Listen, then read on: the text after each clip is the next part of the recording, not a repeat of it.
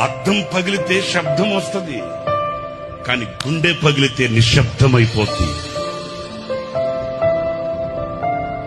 వేదన కలిగితే, బాధ కలిగితే మనసులో ఉన్న మనుషులకు చెప్పుకోగలుగుతాం, కానీ మనసులో ఉన్న మనుషులే గాయాన్ని రేపితే ఇంకెవరికి చెప్పుకుంటామండి.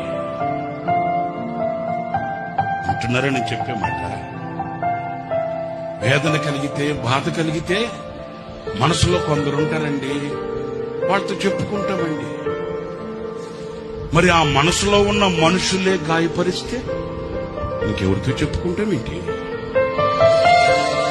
దేహానికి గాయమైతే కుదుట పడుతుంది, ఎవరో సహాయం చేస్తారు, మేలు కలుగుతుంది.